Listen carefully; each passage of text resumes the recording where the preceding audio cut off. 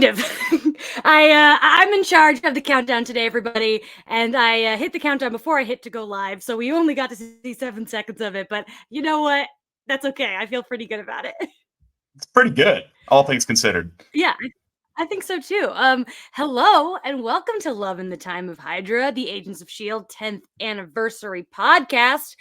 On this day 10 years ago, Tuesday, November 19th, a lot of stuff was happening in the world. Thor the Dark Lord was still the #1 movie of the day. Tony, do you want to guess what the #1 song was? Fucking, was it that Lord song again? Yes, Royals by Lord. I looked it up. She was #1 for 9 weeks in a row. So we We're are almost definitely over. we're closing out this year with Lord for sure. And I gotta tell you guys that when I search the news, it's really bleak. This is my least favorite part of the job, and I am sparing you all a lot of grief by only telling you that on this day 10 years ago, selfie was proclaimed Oxford's Word of the Year. Adam Driver celebrated his 30th birthday, and our girl Ming Na Wen was celebrating the final day of her 40s.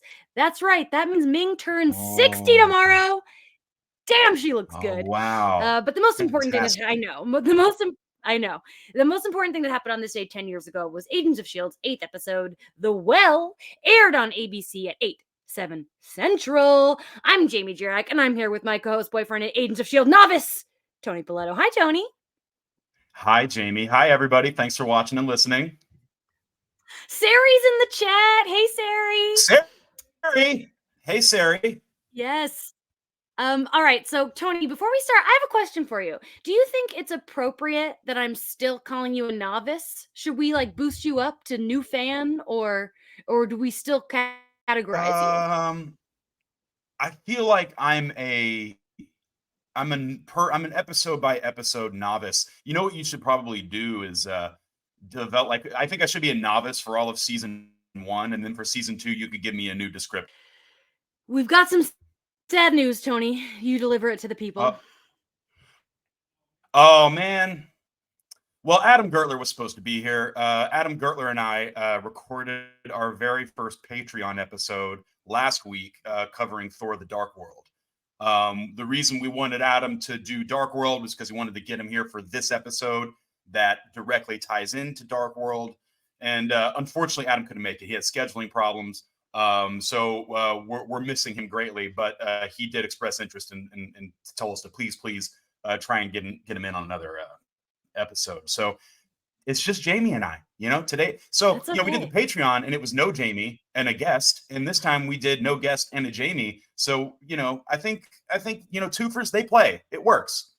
Yeah. Oh, yeah. I think that the universe does not me and Adam to be in a podcast together is what I think is what's going on. Clearly. Yeah. But too much energy. I do want exploding. That's fair. I do want to shout out those who did sign up for our Patreon. We've got a couple people from the UK, which is really cool. I think that's awesome. So shout out to our UK listeners and all those people who signed up to hear Adam talk. Sorry he's not here today, but we will get him on eventually. All right, Tony, what were you doing 10 years ago? Lay it on me. I was just watching TV. That's it? Yeah. Why? Oh, wow. You really threw me for a loop. I certainly did. Wow. You just never know what you're going to get from Tony. Beautiful. I looked at my time hop again. The only thing I did years ago was take a picture of my friend Drew Current and post it on Facebook. It's just a picture of Drew. So I don't know if Drew listens to the podcast, but he is a Marvel fan. So shout out to Drew. 10 years ago today, I took a picture of you at our job at Grubhub. So neither of us were doing anything exciting 10 years ago, clearly. But I did something very exciting this week. I interviewed both Ming Na Wen and Brett Dalton. But we're going to save those the stories of those interviews for the end of this podcast for a reason that is so funny. And I can't wait for you to hear about it, but we got to save it for the end of the podcast. I'm really excited about the story. As always, I want to shout out to everyone who's been listening to us. I want to shout out Ellie Jane on Instagram for saying that the pod has reignited her love for the show. I love hearing that. I also want to shout out Jane, who gave us a 5-star review on Spotify, but said she couldn't leave a question there, so she sent them through Instagram. We'll just have to check in with that on Maria, who's currently in an airplane. She is not here today, so I'm just going to have to trust that what Jane said was accurate. So Tony, she wanted to know if either of us attended this special 6-movie marathon for the premiere of The Avengers back in 2012, because Clark Gregg recorded a little special intros for each of those Phase 1 films. And she told me that those might be on the extras if we have the Phase 1 collector set, which we have. So I want to go back and look on our DVDs or Blu-rays and see if we have those, because I didn't do that. I do very well. I will talk about me seeing Avengers for the first time in theaters. I'm guessing you didn't do that either, that marathon. No, I mean, I told the story of having seen Thor, Avengers, and Thor: The Dark World as a marathon, but no, I didn't see the 6-film marathon. That sounds pretty rad. I would have liked to, especially knowing that my boy Clark Gregg was leading me in. Yeah. I very much remember I saw The Avengers in a double feature with Cabin in the Woods, and I didn't go on my normal Thursday. I always go Thursday preview night, but I would think I was doing comedy studies. I was doing a semester at Second City, and so I was really busy, so I had to wait till Saturday. And I'll never forget, I went with my friend Connie. We saw Avengers. We were riding so high, and then we saw Cabin in the Woods, which I loved just as much. It's one of my favorite horror movies now of all time. At the time it was like Joss Whedon double, but what can you do? But God, that's in my top 5 best theatrical days of my life. That's a banger. That's an absolute banger. Yeah. Shout out to Jeremy in the comments for saying that he attended that marathon. He said it was a long slog. A slog, eh? Well, listen, I mean, Phase 1 isn't amazing, so I can get that's a beast of a day. I could have more readily done that during that time than I could now, because now the amount of times I've done the quote unquote Marvel watch, I don't think I could do a day of Phase 1. That would be pretty intense. I did it. I remember doing that at home before Avengers for sure. And then before Infinity War, I just sat alone in my room for 2 days nonstop, and I watched every single movie leading up to Infinity War. And that was fun. Oh, wow. So I would probably do that again before Secret Wars, but with the shows and stuff, you can't do it in one sitting like you used to. It's going to take weeks. Right. All right. Also, I want to shout out Jane, Jane's best friend, who apparently they've been listening on opposite sides of the country, and I don't know where either of them are. But if this pod is helping you stay connected, that makes me really deeply happy. So shout out to those buddies who've been listening, and shout out to our chat. Hi, chat. Hey, chat. Thanks for being here and interacting with us. This is a friendly reminder. Tag your spoilers, please, in the chat. That just means writing spoiler alert before discussing anything that happens on the show after this episode. And that's just to protect me and to protect anybody else like me who's going through this show for the first time. Be nice. Thank you. Yeah, Maria's not here, but I'll be watching. Yeah. So, all right, let's talk about it. The Well, the 8th episode, written by Monica Ausu Breen, who was a co-executive producer on the first 3 seasons. She wrote 8 episodes. Very important person, because she was supposed to be in charge of a Buffy reboot that was announced a couple years ago. But I think that fell apart because she was supposed to do it with Whedon, and I don't think that's ever happening now. And I'm kind of relieved because the whole idea stressed me out. Yeah, it's okay when it's like Slayers and it's just like an audio play that you can listen to, and there's no less is at stake. But boy, I bet you'd be squirming in your seat. Like you were squirming in your seat about the new Frasier show, and no one really gives a shit about that. Lil came back this week. Boy. Shut out. Yeah. Oh man. But yes, Buffy reference. So The Well was directed by Riker himself, Jonathan Frakes from Star Trek. I don't think I knew that ahead of time. I think, or if I did, I totally forgot that he directed this episode. And it was the only episode of the show he directed but he's done a ton of directing over the years, lots of TV, a couple of Star Trek movies. He's obviously known best for playing Riker, but he has almost 100 acting credits. He's done a lot of stuff, and he also has another Marvel connection. He was in a bunch of episodes of the Guardians of the Galaxy cartoon that ran from 2015 to 2019. Tony, you love superhero cartoons. Have you watched that one? No, yeah. For those who don't know, when I'm going to bed and I am given the remote control, I like to go to sleep. I like to put on low volume like old Marvel cartoons like Spider-Man or the I've been watching the Aquaman show from the 60s and it's batshit crazy and I love it. But no, I haven't watched the shows that I pick for bedtime have to be of a sort of a certain era because if you start getting into the 2000s or the 20 teens, those cartoons get a little noisy and it's hard to fall asleep to. But Mm-hmm. I Yeah. am interested in Guardians. Who did he voice? Do you know? Um, Jean? I Jean. think it was. I Yeah. don't know Um, Jean. mm, uh, yeah. I'm not 100% sure. I could be saying that wrong too. Honestly, it Well, read like a I thought it DC was name, really so I was cool. confused. Yeah, I thought it was really cool seeing his name because I knew he directed a lot of TV, but just Mhm, I think it's awesome that he tapped into the Marvel thing for a little bit. That's cool. mhm. And this was a perfect episode for him because it deals with some spacey things, and he's a spacey boy. He's a big old spacey boy. He is a spacey boy. So the cast, obviously, we've got our core six back, and we've got great guest star Peter McNichol as Elliot Randolph. He Yeah, great actor. I love when he got so excited. You got so excited when his name popped up on the screen in the credits. He's got a yeah. vast filmography as well, but he also did a lot of animated work, including playing Doc Ock in the Spectacular Spider-Man, which ran from 2008 to 2009. That's a really good casting. He'd be I'm sure he crushed it. Yeah. Mhm. Absolutely. Yeah, And so in this I episode, recognize him and as from the movie Bean and from because he's great in Bean and Ghostbusters 2 and like a hundred mhm. other things. Like he's just super reliable. Love that guy. He's gonna show up in one episode in the 11th season of Cheers, so we'll get to see him soon in our sitcom watching as well. Awesome. Awesome. All right, so quick synopsis. When an Asgardian staff is unearthed by the wrong people, Coulson's team must stop them with the help of a professor who is more than he seems. But when Ward touches the staff and unleashes his worst memory, will he ever be the same? Tony, what were your overall initial thoughts of this episode?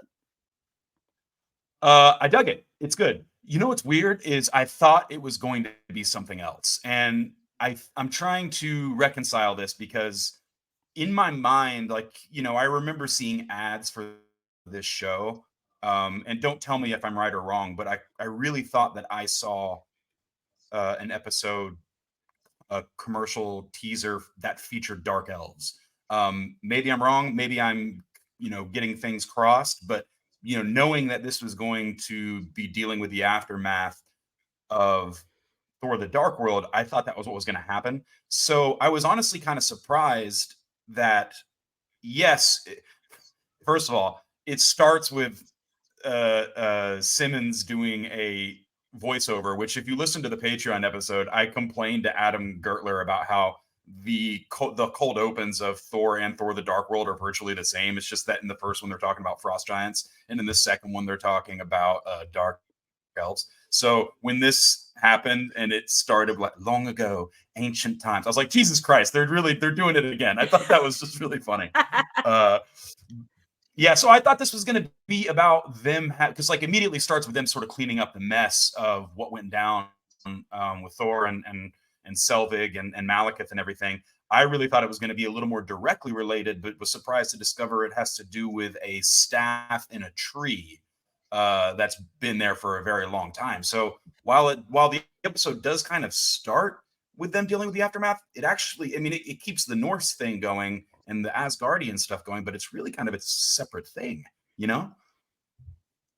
Absolutely, yeah. We'll definitely talk about that more. People have been wondering. I say there are like 4 episodes of the season I really don't like, and I was kind of in that 4. But watching it now, it's not a bad episode at all. I just like don't like whiny Ward. Like he's already so aggressive, and then he gets like so aggressive in this episode that I'm just like, all right, chill out. Yeah. I think that's, but there is some good stuff in this episode, some good fights, and one huge shocker that we will talk about later. We're gonna put a Oh, pin in I'd forgotten until you said shocker, and then I was like, Jesus Christ! Yes, there is. All right. Woo. But we'll save that one. But so you mentioned it. We start with Gemma's voiceover. It's all this like flowy, serious Thor the Dark Worldy, and then it cuts to them being all annoyed that they have to clean up the mess. And I love that, even though it doesn't really tie in as much as maybe we'd hope, especially at the time. #It's all connected. It is really fun to see, like, yeah, these people blow shit up and then they leave, and who's gonna clean it up? But Shield. That's what they're doing. So we already talked about, you answered what my next question was going to be, if you were surprised. But I do other things I love. I love when like the god of cleaning up after yourself, and then Sky and May calling Thor dreamy, and then Coulson has to kind of reconcile with that. He's handsome. I mean, he's handsome. No, he's dreamy. And the comments already mentioned it, but we got our third Fitz Monkey reference. Drink. I honestly don't even remember. Yeah. I don't even remember the context anymore because I just wrote down Fitz Monkey restaurant reference. No, that's so an establishment. Yes, I would eat there. So if you want to remind me in the comments. No, I think I remember. It wasn't even a direct reference. It was like something a monkey could do it, I think, was the idea. Mm-hmm. I think it was I think that's right, specifically too. like it's easy. Yeah. Mm. And we cut to we go into a national park in Norway, which we got these 2 jabronis find an Asgardian staff in a tree, gives them super strength because this is Marvel and everybody's got super strength. Yeah. This felt. I'm starting to feel what I felt in watching the first season of Buffy with you, Jamie. Is like, okay, we are very much doing Monster of the Week. And Joe, I think, referenced it in the episode he was our guest on. It's kind of whatever. Like I'm interested. I was interested in the staff because it was unlocking rage, and that's kind of I'm interested to see what they're going to do with it. I want to see him assemble it, but like in terms of antagonists and antagonistic forces, it's it even before it's over, I know it's a one and done. So it's just it's okay. Yeah, it's I do like the staff itself. It's pretty cool. Yeah. But once the Shield team comes in, this poor guy who was really sad that his friend died. But like that whole scene is like, all right, yeah, this is fine. I really, really like the Gemma and Ward scene though, where she has to climb up the tree, but she's afraid of heights because of she recently jumped out of a plane to certain death. And to me, like, I really feel like they were trying to go for like a Gemma Ward, like, oh, is this somebody I could be shipping? And I think that was a red herring. But I did Google it. I was like, were people shipping Gemma and Ward at this time? And this is what I found on the fandom website.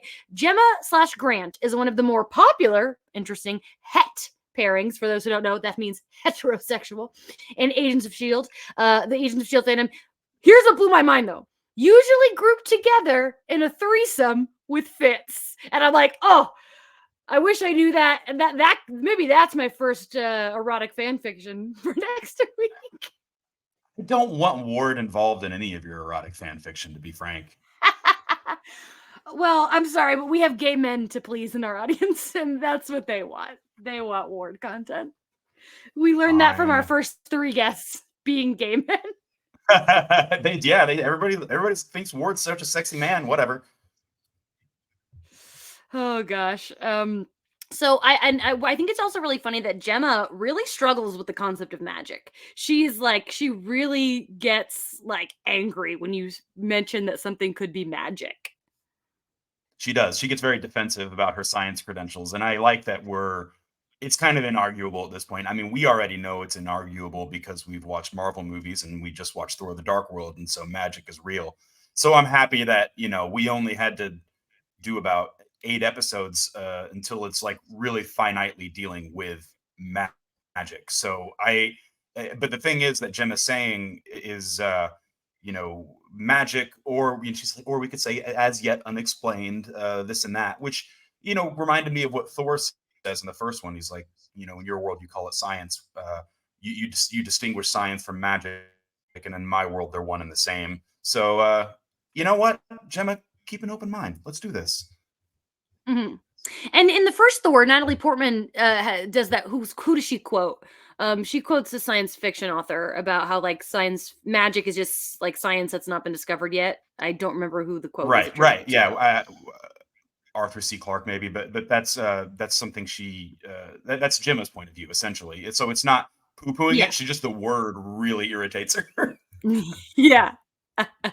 And so, they're trying to figure out, like, they know it's Asgardian, and they suggest that Coulson call Thor, and he's like, he's off the grid. I love this because then you just go, send a raven. I love Send a your little raven. commentaries that yeah, if you don't even know you're doing them, but you're like, I gotta stop. But no, I love your commentaries because they're cute. Thanks, I guess. Yeah. Oh yeah. We got to remind the people that we are a couple. Yeah. We meet Elliot. He is a Norse mythology professor who he jokes that means he's now a history professor. I love that he gives a student a bad grade and then immediately confirms their date. That is the most classic television professor thing of all time. Like that is every Yeah. like TV professor ever. They're just trying to fuck their students. It reminds me of like a deleted scene from Age of Ultron where I don't remember the exact dialogue, but it's like it's the scene where Thor goes to talk to Stellan Skarsgård after he's like panicking about everything, and it's our first kind of glimpse of the Infinity Stones. They go to the pool and he submerges himself and is Mhm. possessed. But so he goes to meet Stellan Skarsgård, and it's just Stellan Skarsgård walking down the steps of this university, having a brief line or two with a student, and then there are these alternate takes where he's like, he's just being really creepy, professor. He's just like, wear a lower shirt next time or something like that. He's just like, bring a friend. Those are It's some like of my favorite weird. outtakes. They're really good. Mhm. I think everyone knows my dark truth that I watch Age of Ultron more than any other MCU movie, and so I've seen those outtakes a lot. Yeah, they're wonderful. I know. I feel no shame. So Coulson talks to Elliot about the history of the staff. We learn about the Berserker army and how there's this Asgardian who fell in love with Earth and chose to stay. And of course, cutting ahead a little, we do learn eventually that it is Elliot, is the Asgardian. Did you see that coming? No, this is what this show has done. I mean, almost every episode we've watched is like, here's a character, you know the type. Ah, no, you don't, and they pull the rug out from under you. The progression of Peter McNichol's character was really fun because, it's Peter McNichol. Like, of course, he's gonna sit in a leather chair behind a big desk and have all these artifacts. That's kind of his zone. And then you're like, oh no, maybe he's duplicitous, and then no, he's Asgardian. And it was just a really, really fun ride to take with this character. I was really happy that by the end of it, he, he found some common ground with Coulson, and that they developed they're kind of buddies now, and that was nice because I didn't want to dislike that guy, and he was cool. So good writing, good character work. Yeah. And before we learn his truth, the team goes into this like really creepy location looking for part of the staff. Ward touches it. He sees the titular well. And this is we learn this is the first time Ward ever felt hate. He starts freaking out. Sky's worried. And then, they come back. Gemma does tests and he's like, I don't panic ever.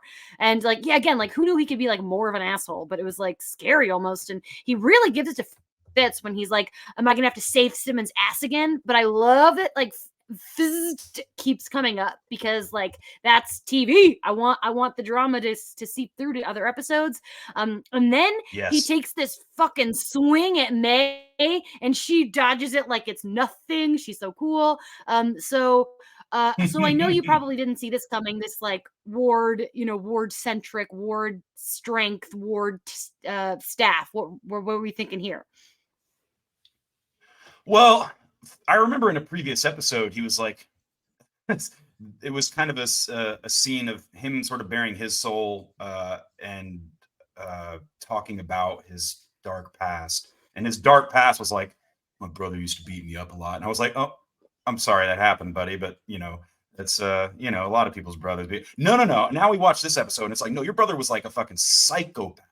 And he reminded me of like Henry Bowers from like Stephen King's It, just like a full bodied psycho, who really likes to hurt and then makes a habit and a practice of it. And I was like, okay, buddy, I now I get a little more where you're coming from. And what I found interesting is his hate is he hates himself. I mean, because he didn't have the courage to lower the rope because his life was being threatened by this menace of his brother. So I really think that that's more the central thing. It's not, oh, I hated that guy for doing this to me. It's like, no, you hated him. He hates himself because he waited too long.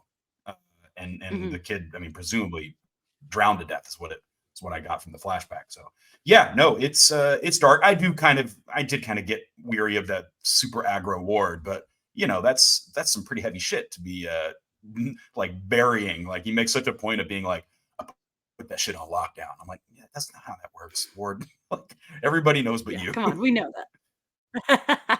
And things eventually they come to a head with this like anarchist super strength gang, and Ward kicks the shit out of them. I really like that fight scene. Yeah. And then Elliot gets stabbed. Coulson sticks his hand in his chest. That's all cool. But the big moment, is when Ward gets more challengers. He's exhausted. He goes to pick up that staff again, and May says, "Let me help." And she does it. She gets all 3 pieces of that staff. She goes fucking ham.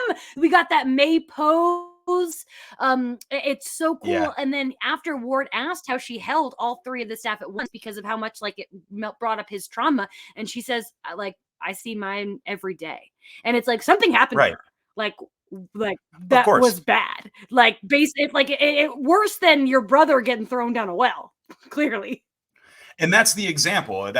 She's the living example. Like, yeah, you don't bury it. You befriend it. You keep it at your side. You keep it fresh. You have to have a relationship with it. Otherwise it will eat at you. And that's why, Ward gets hold of the stick and he's all kinds of fucked up. I did really appreciate that Ward went into Coulson's office after he flipped out on everybody and said, I can't be on this mission, like, because I'm unstable. And it took I was like, look at Ward being a big boy about it. Like I appreciated that he had the maturity to do that. Also, like, of course May is in touch with the trauma. Like she's doing Tai Chi all the time, and like of course she's got it together, even if things are in her brain really messed up.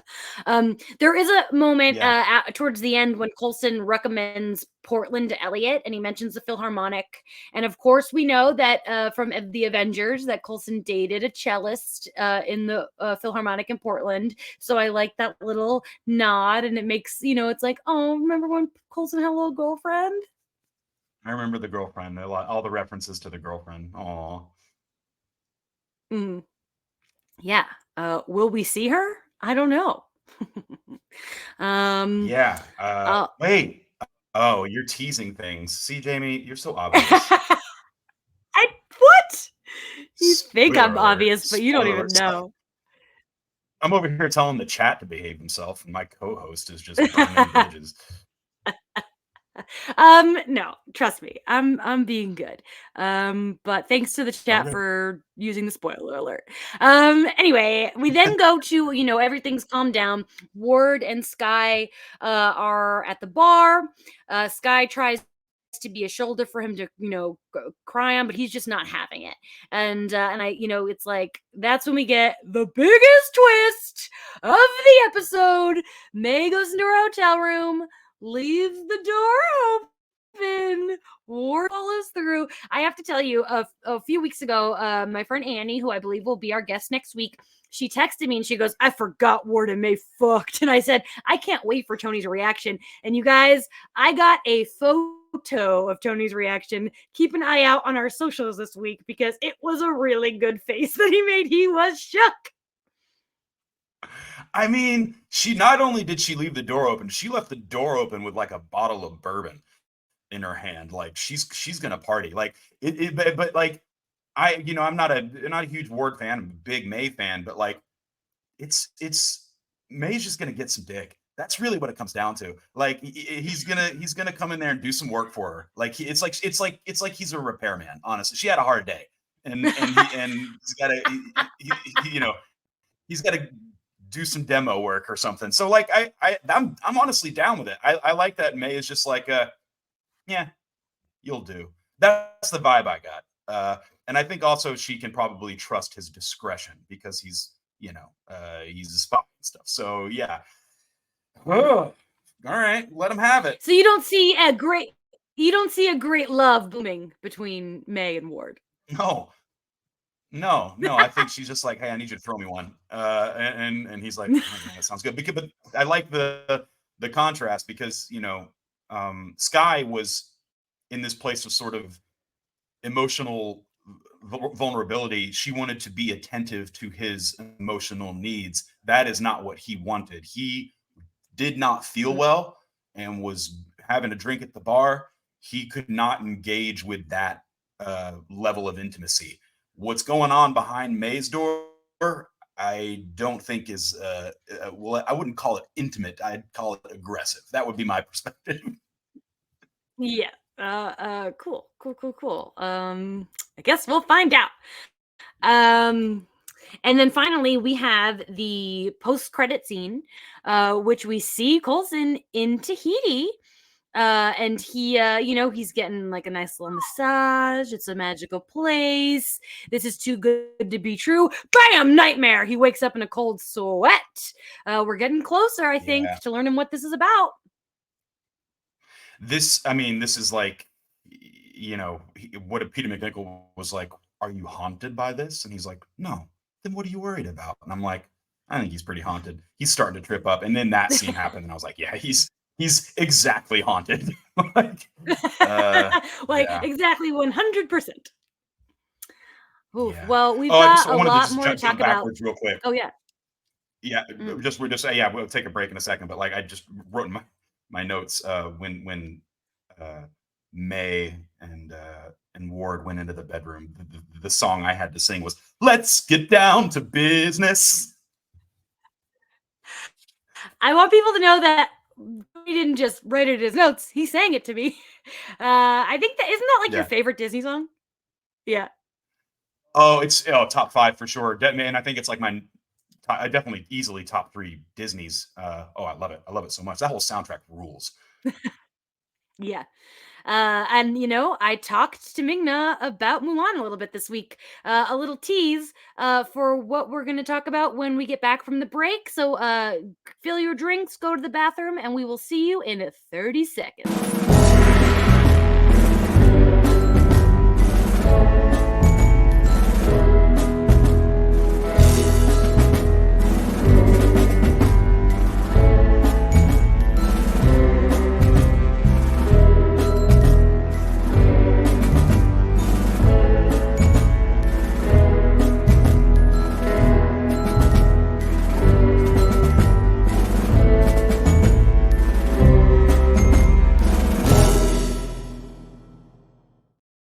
We are back. What a bop. Love that music.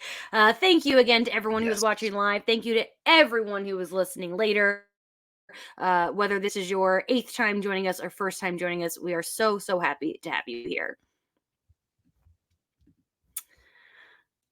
All right, Tony, you ready for a little history? Lay it on me.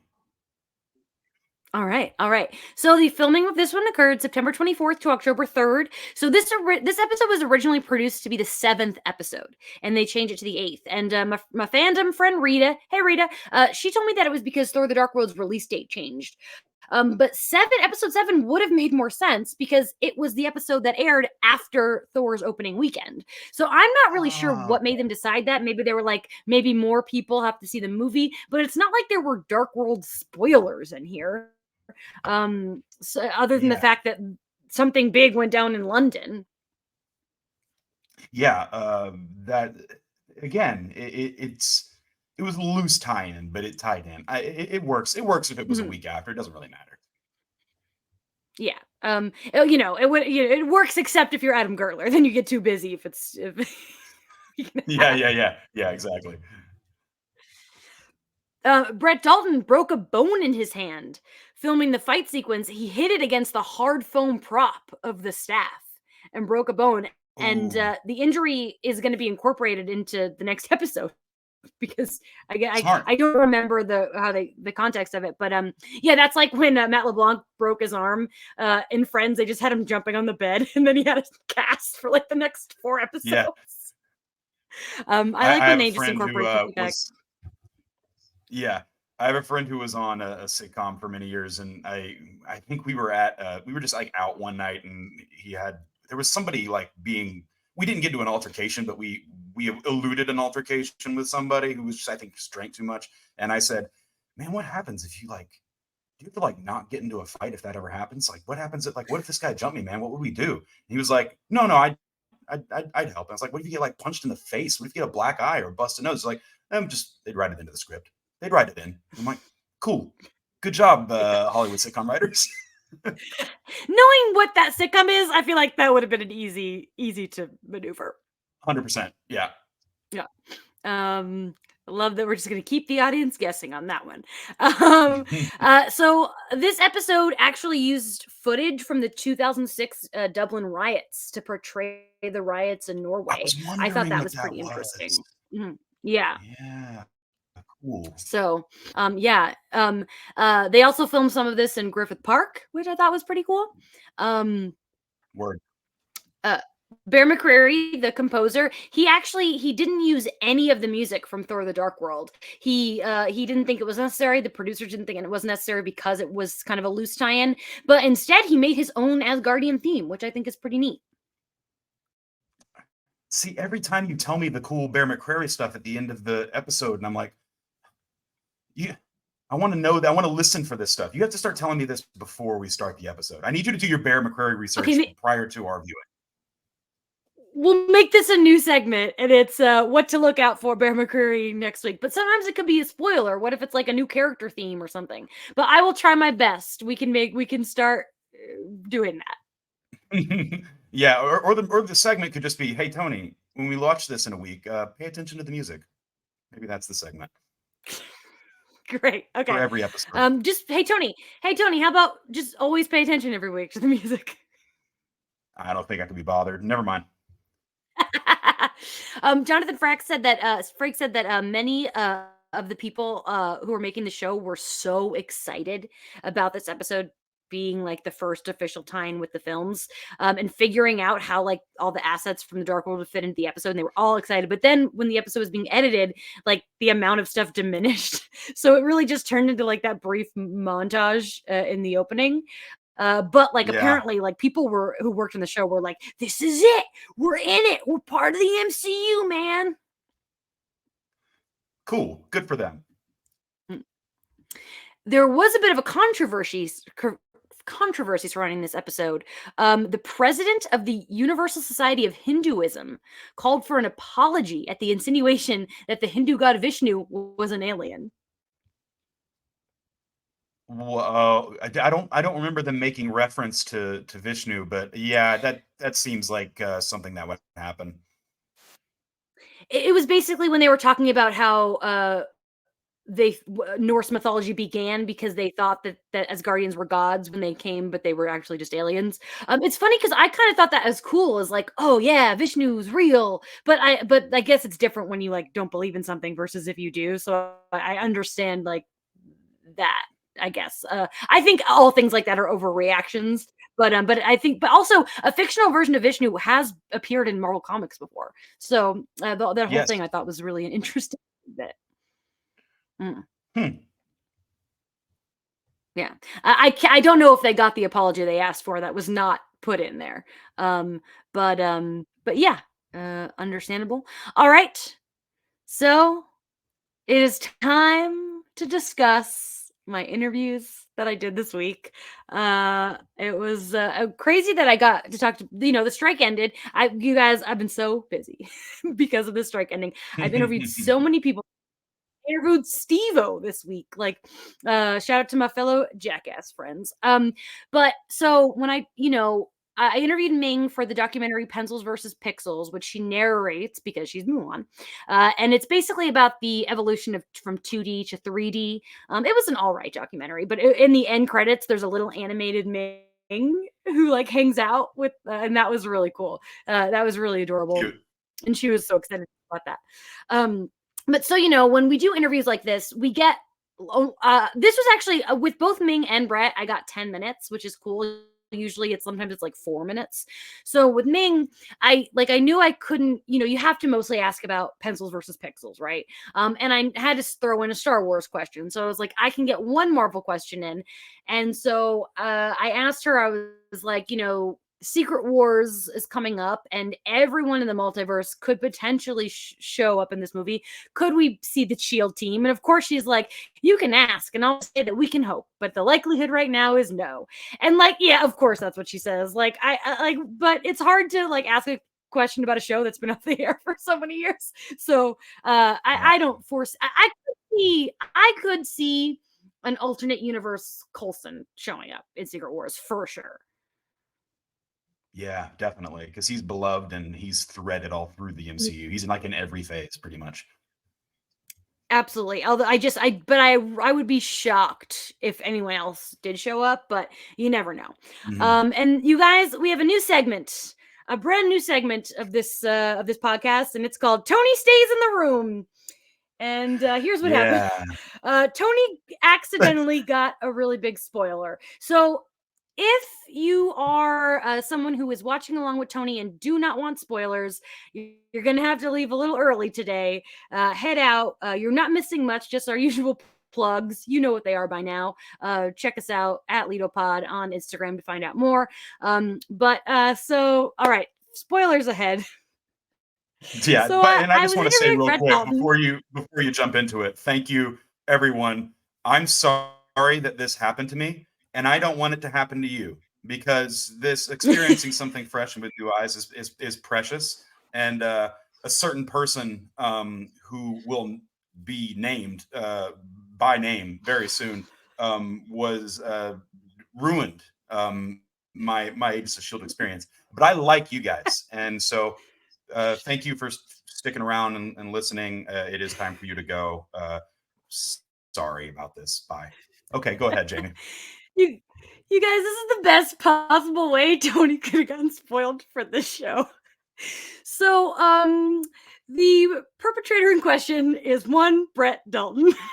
So, Brett Dalton spoiled Agents of S.H.I.E.L.D. for Tony.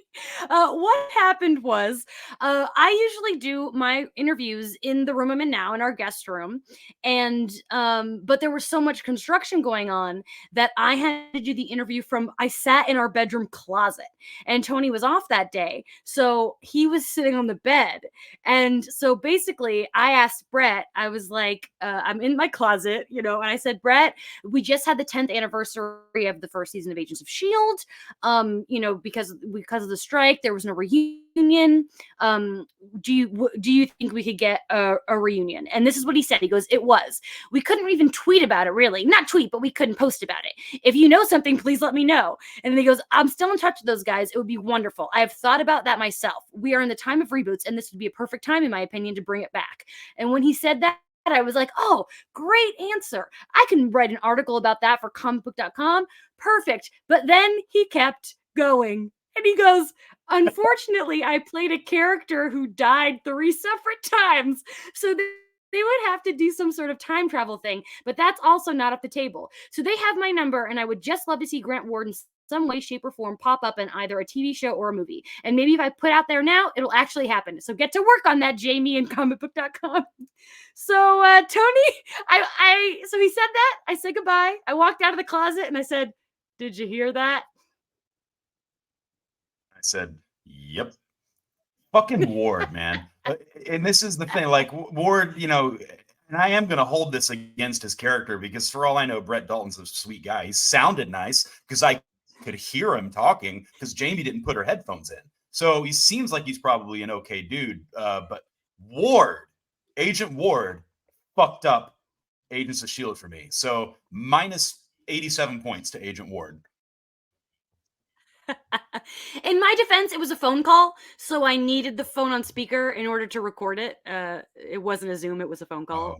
That's why it was like that. Wow. I would have tried to hashtag protect Tony. I should have sent you out of the room. Like, I just didn't think that would happen. Oh, but honestly, you guys, like, I'm not even mad about it because it's so funny. Like, of all the ways Tony could have been spoiled, people have been so careful of all the people. But you know what? Like, that could mean a million things. Who knows? Oh, no, yeah. It could mean that he died 3 times, or it could mean something else. Yes, Jamie, it could mean a million things. And now, when I'm going to be watching this show and Ward dies, I won't have the privilege of saying good fucking riddance because I know he's coming back at least 3 times. So, yeah, like I've been completely handicapped by whatever. Oh God, it's funny. I really hope that we can get him on the pod and tell him the story. Unfortunately, because I'm sure people are wondering, like, you talked to him, you talked to Ming, did you bring up the pod? Because these interviews were through my work, I'm not allowed to bring up the podcast. But I'm now fresh in their minds. They've been reminded that I exist, so that's a good thing when the time comes to reach out to them. I wish I could have been like, by the way, but sadly, that's just not the case. But those interviews are up on comicbook.com. Brett's, like I said, was a phone call. But tomorrow on my Instagram, I will be posting my interview with Ming in honor of her 60th birthday. At one point, she said, I brought up the Scoob holiday haunt cancellation. And she was like, I stay out of the politics of that stuff. It's why I still look so young. Awesome. She's awesome. Fair. I mean, she does look so fucking hot at 60. It's crazy. All right, Tony, we are still going to do Tony Leaves the Room. So before we let you go, does this episode, did you remember to rank? I didn't, and I knew it was going to come up. I still, why do I feel like I owe the listeners of this show a ranked list of episodes? But I do. I think I do. I think, and I should do it. This is middle of the road. This was a middle of the road episode. The things I liked most were the fight scenes, particularly Ming. I really did like that Ward. When we get the full flashback of the well scene, and we come back, I did like that it was the absence of a fight scene. He had just wrecked all these dudes during the process of that memory. So that was cool. Yeah, Peter McNichol, great. I would love to see him again. I don't know. No, fingers crossed. You guys know. I don't. No, it was cool. Good episode. I'm going to suggest, since we only have 2 episodes left until the mid-season finale, let's just save your official mid-season ranking when we come for episode 10. And you guys, episode 10 is going to be really, really exciting. We'll tease it next week. I don't want to tease it yet, but next week, my good friend Annie Watkins is going to be here chatting repairs, and then we are going to tease episode 10, which is going to be really cool. Let's see, Tony, do you want to send your thank yous, send your goodbyes? Yeah, man. Thank you, everybody, for listening. Thank you for watching. Thank you for subscribing and giving us 5-star ratings. And if you do that, you ask us questions and we'll kick them back. So thank you, Stephanie at Eclectic Muses on socials for doing our really, really cool artwork. And thank you, Ryan Mira of Yellow Pills at Yellow Pills Music on Instagram for this bop that leads this show and closes it and all that good stuff. Awesome. I will save the rest of our plugs for the very end, because people, if they were already leaving the room, they've left. So, but now, Tony, it's time for you to leave the room because we still have stuff to discuss without you. I'll see you in our home in like 10 minutes. I like that you're about to just have a conversation with nobody. I mean, you're going to have a conversation with the chat, but it's literally just going to be you in here. No Maria, no me, no. Okay, all right. Well, goodbye, everybody. It's got to happen, though. It's got to happen. To take your headphones out. I'm doing it. Oh my gosh, you guys. I know that I have no one here to talk with, but so I'm just gonna lay out some things by myself quickly. Chime in the chat if you want. So first of all, Ward does not die 3 times, right? He dies on Maveth when Coulson crushes his chest, and then he comes back as Hive, and then Hive dies when he gets shot into space, and then Ward comes back in season 4 in the framework, but he does not die in the framework, I don't believe.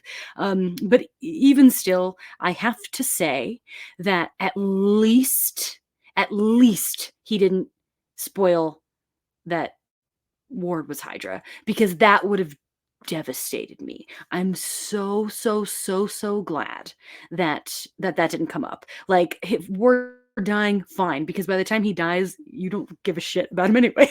So I honestly, like, it was such a relief that that's not what was happening. Like, everyone in the comments is agreeing. Like everyone was so worried. Like Alice, like, I was so scared he got the Hydra spoiler. That's not what happened. It's all good. Tony doesn't know the real spoiler, and I'm so glad we only have to wait till April, because it's going to stress me out until April that this is going to happen again. But we're going to be on lockdown. If I interview anybody else from the show, Tony will be miles away. But honestly, I can't get over how fucking funny it was. And Tony said he hopes that Peter comes back as Elliot. He does. He comes back one more time in season 3. Cannot wait for it. And then we kind of in the comments all got excited when the Philharmonic Portland came up that Amy Acker is the one who plays the girlfriend. So Tony's like, you're spoiling that the girlfriend shows up. Psh, the real spoiler is that it's Amy Acker. And you might know that I have a giant tattoo of Amy Acker. I'm so excited for that episode. So a lot of good things. A lot of good things to come. That is all I'm going to say, since I'm just talking out into space with nobody. We missed you this week, Maria. We missed you, Adam. But hopefully we'll be back on track with our guests next week. Be sure to follow us on social media. You're going to want to see the picture of Tony reacting to Ward and May. That was wonderful. We are back next Sunday, November 26th, for episode 9 of Agents of S.H.I.E.L.D. Repairs. Same as always, we'll be live on YouTube and Twitch once again at 5 p.m. Pacific time. Everybody, by then you will have your Thanksgiving if you live in the United States. Have a great time eating some good food. We are hosting here at home, so hopefully you'll be able to see some fun pictures of the bird Tony's going to make, because the man can cook. Thank you again so much. Check us out on all of the podcast platforms. Give us those 5-star reviews. Subscribe. Ask us questions. We love engaging with you. Thank you guys so much, and we will see you again very soon.